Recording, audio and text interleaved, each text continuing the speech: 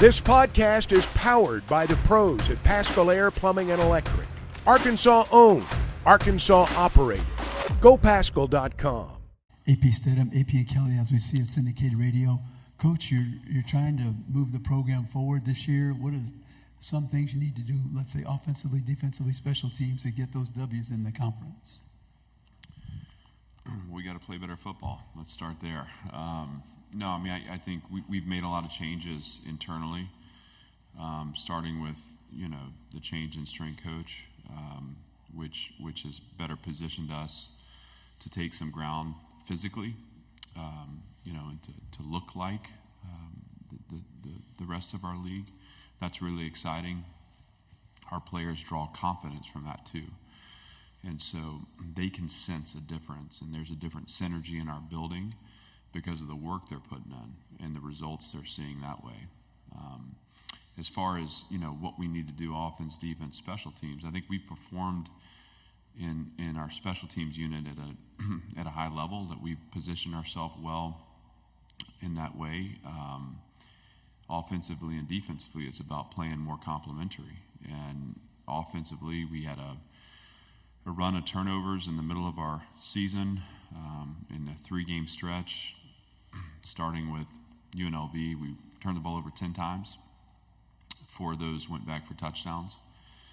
I think another 3 set up possession inside the 15.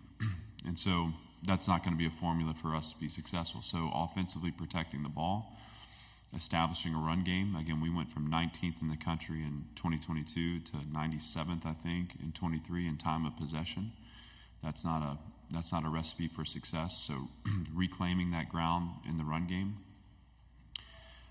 and then obviously finishing with touchdowns in the red zone be important. Defensively, it's eliminating explosive plays. We gave up too many of those a year ago. And in our third down performance, we got to get the ball back to our offense. Thought we did a decent job attacking the ball last year and generating some turnovers. That's always going to be a focus for an elite defense, and so that's something we want to do well also. Right side, second row. Jesse Doherty from the Washington Post. Clark, in the NIL era, when you get a verbal commitment from a high schooler, how much do you have to keep recruiting that player because of how much is going on? And is it really different from maybe 4 or 5 years ago before the NIL era began? I don't know that. The NIL era has changed the nature of verbal commitments. I think we've been experiencing this for some time now, where you want to shepherd those relationships all the way to the finish line. Certainly, you have situations where someone may get offered a better deal or a better package. I think you got to pay attention to those things, but we've been on high alert in the recruiting space for probably close to a decade, if not more. And so I think we just take the same approach with just a little more awareness of what has become legal, and that's again the transaction that's involved in recruiting now. For your question, how worried are you at all, if at all, about how much of this video game your guys are about to be playing heading into the season? Well, I know 3 of them that aren't going to get to it until later, which is a good thing because they're here with me. If it were me, I'd be playing that game. So they're going to play it, and I think we gotta make sure. And listen, we message this all the time. It's there's always sacrifice in what we do, which includes that there's a time where we have to turn it off and go to bed and get up the next morning and get ready to go to work. What I know is the work that they're going to meet in that weight room is going to demand a lot of them, and so if they're not ready, we will know. I do want them to enjoy it, though, because, I know I would be. And, I on a side note, just let's celebrate the return of this game. It's a great thing. And so it's another way for fans to connect with our sport. And, for all these guys, back in my day, I think I was VU, whatever it would be, FB number 29, and then you'd have to update all the names and stuff. And if you're me, you start to hit those speed rankings up to 99, and they don't have to do that. They may have to change their rankings, but their names will be on there. What a sign of progress for our sport. And so again, that's fun. I want them to have fun with it. That doesn't excuse them from the work we have to do, which is going to be really important. Right side. Clark Jordan Hill with Dogs 24/7. We're getting to know London Humphreys over at Georgia. What did you guys see from him when he was a high school recruit, and what did he bring to y'all's offense last year? Oh, I got a ton of respect for London and his family, and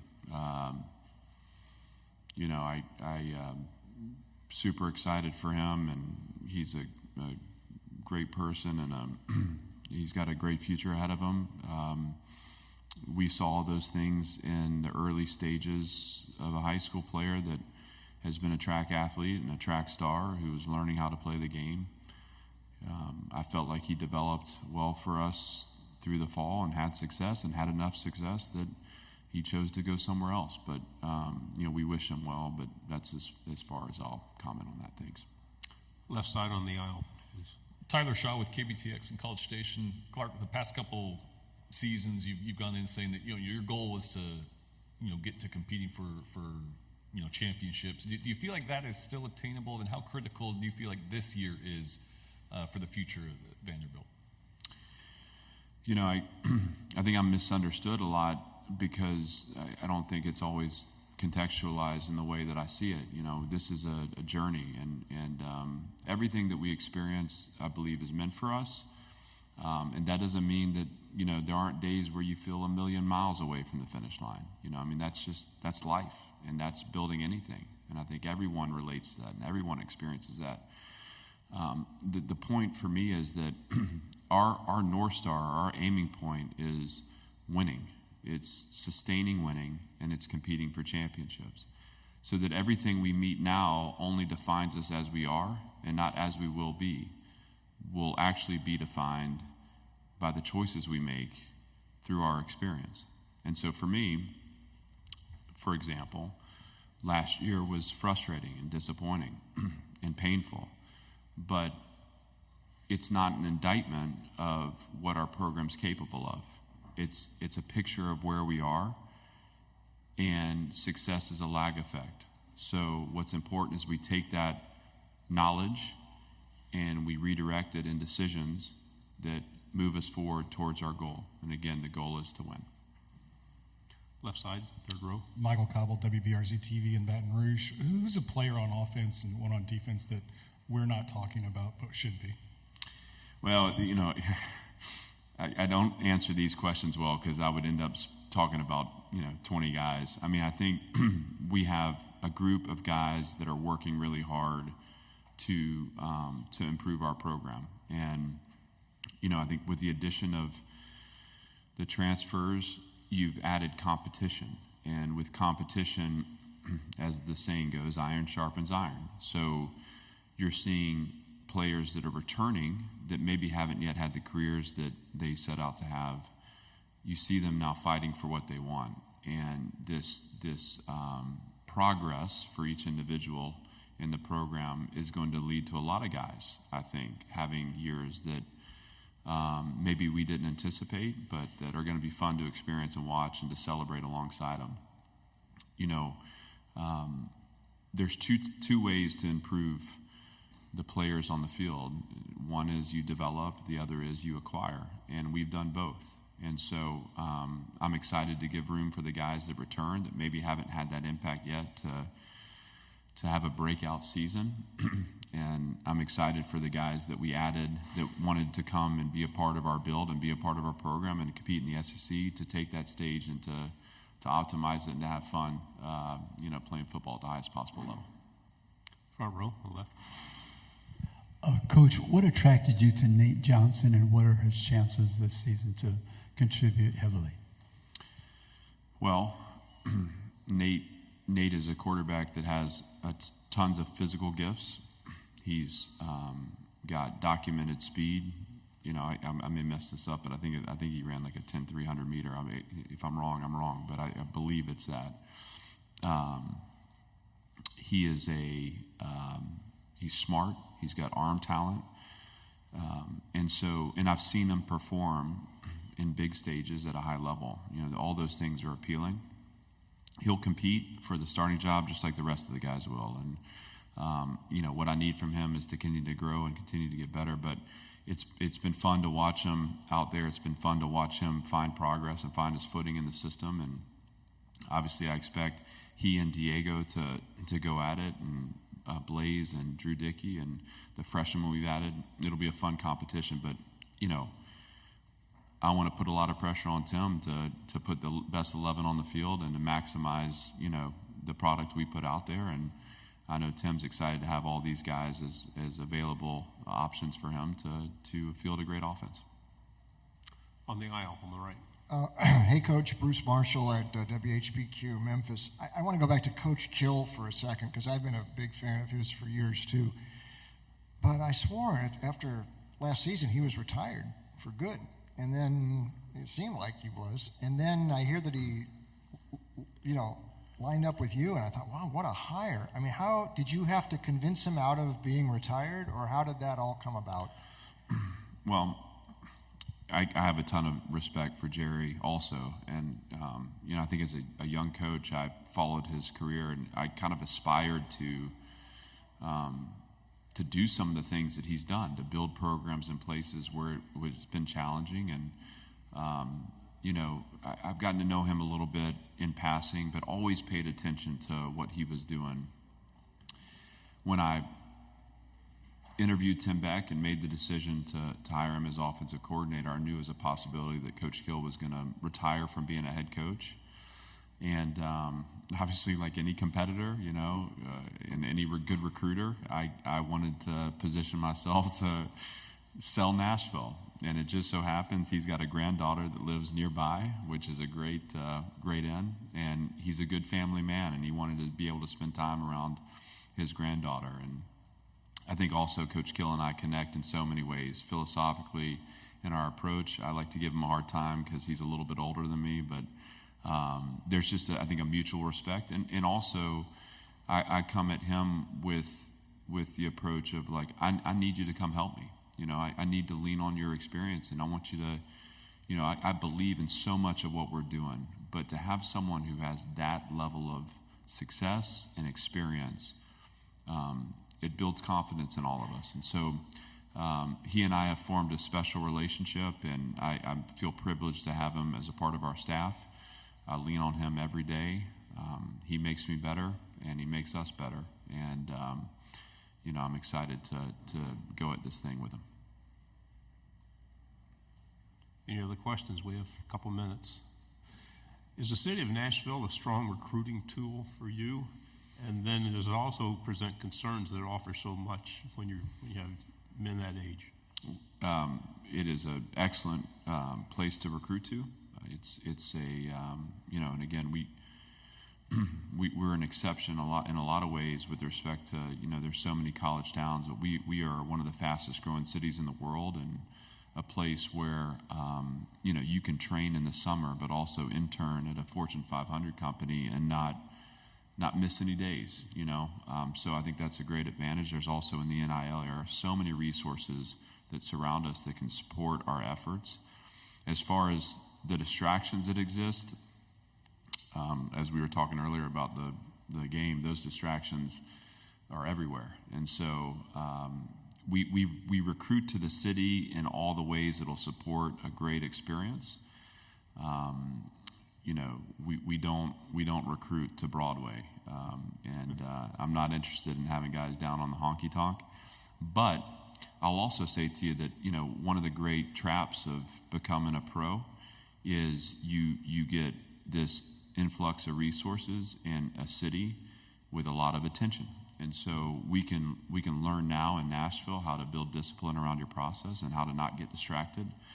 And those lessons will carry over for our guys when they become pros. Two final questions on the aisle here and then over there. Just what have you seen from the progress of the stadium, and then how much you're looking forward to that being completed? What's kind of the overall atmosphere going to be like with a finally complete stadium to play? Yeah, I'm really glad to not have a scoreboard hanging by cranes. I can start there. I was saying earlier, my view got measurably better when they knocked down the south end, and it's getting measurably worse every day they make progress on that south end. it's exciting because it's change, and we've been desperate for change at Vanderbilt. It's going to improve our game day environment, but it's only the first step. This is not the solution to our progress and to building the program that we want to build. This is the first step, and an important one, and one that sends a signal.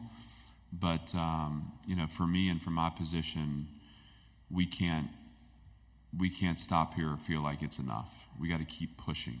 And what does pushing look like? It means continuing to address facilities so that we don't make any compromises at Vanderbilt football, that we have the best of the best in everything that our kids interact with.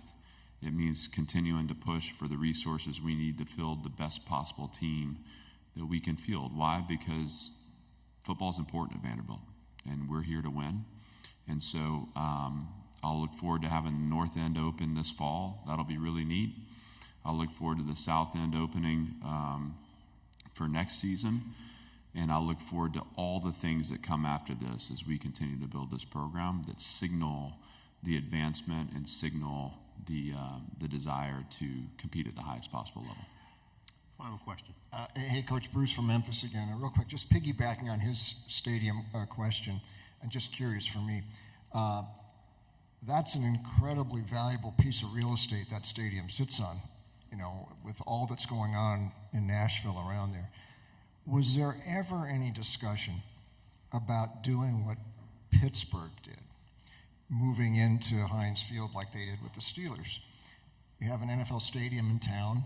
There might be a dome coming pretty soon. Was that ever a thought for Vandy to go into the big stadium and move away from campus there?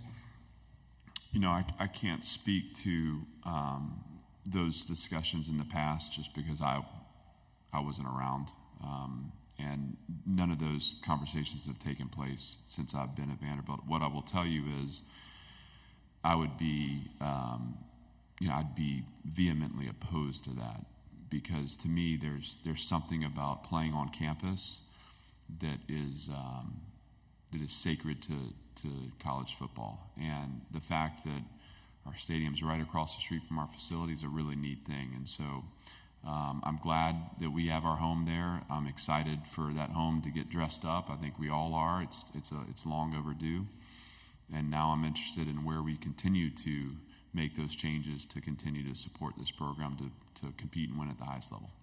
BetOnline is your #1 source for all your betting needs. Get the latest odds, lines, and matchup reports for baseball, boxing, golf, and more. BetOnline continues to be the fastest and easiest way to place your wagers, including live betting and your favorite casino and card games available to play right from your phone. Head to the website or use your mobile device to sign up today and get in on the action. Remember to use our promo code BELIEVE, that's BLEAV, for your 50% welcome bonus on your first deposit. Bet online, where the game starts.